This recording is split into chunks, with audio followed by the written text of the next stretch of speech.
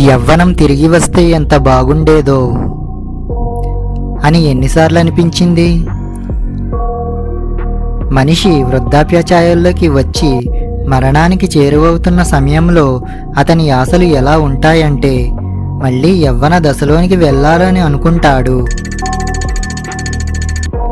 లేదంటే తనకు చావే లేనట్లు డబ్బును అధికంగా సంపాదించాలి అనుకుంటాడు. అందుకే ప్రవక్త ముహమ్మద్ సల్లల్లాహు అలైహి వసల్లం చెప్పారు, మనిషి వృద్ధుడు అయిపోతాడు గాని అతని 2 గుణాలు మాత్రం యవ్వనాన్ని పొందుతాయి. 1 ధనం సంపాదించాలని ఉపేక్ష, 2 దీర్ఘకాలం బ్రతికుండాలని ఆకాంక్ష. ఈ 2 మానవుని బలహీనతలు. వీడియో నచ్చితే లైక్ చేయండి, షేర్ చేయండి, కామెంట్ చేయండి. మరిన్ని వీడియోస్ కోసం ఇప్పుడే ఈ ఛానల్ సబ్స్క్రైబ్ చేయండి. Please subscribe.